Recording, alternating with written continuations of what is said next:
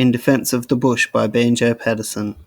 So you're back from up the country, Mr. Lawson, where you went, and you're cursing all the business in a bitter discontent. Well, we grieve to disappoint you, and it makes us sad to hear that it wasn't cool and shady, and there wasn't plenty beer.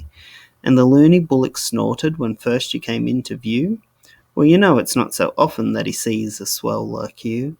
And the roads were hot and dusty, and the plains were burnt and brown, and no doubt you're better suited drinking lemon squash in town.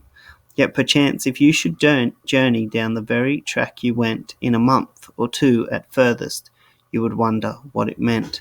Where the sun-baked earth was gaping like a creature in its pain, you would find the grasses waving like a field of summer grain, and the miles of thirsty gutters blocked with sand and choked with mud, you would find them mighty rivers with a turbid sweeping flood.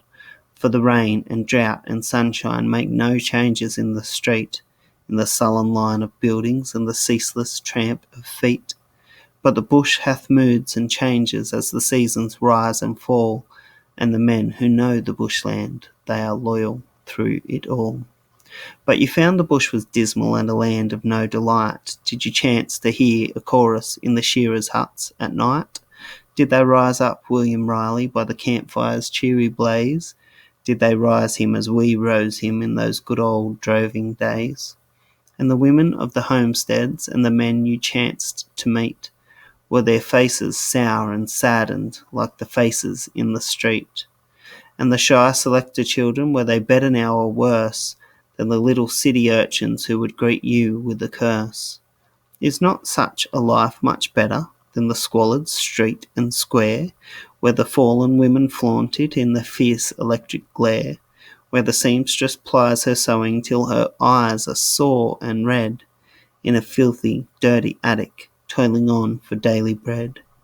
Did you hear no sweeter voices in the music of the bush than the roar of trams and buses and the war whoop of the push? Did the magpies rouse your slumbers with their carol sweet and strange? Did you hear the silver chiming of the bellbirds on the range?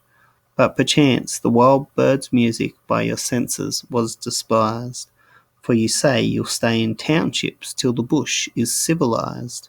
Would you make it a tea garden and on Sundays have a band, where the blokes might take their donners, with the public close at hand?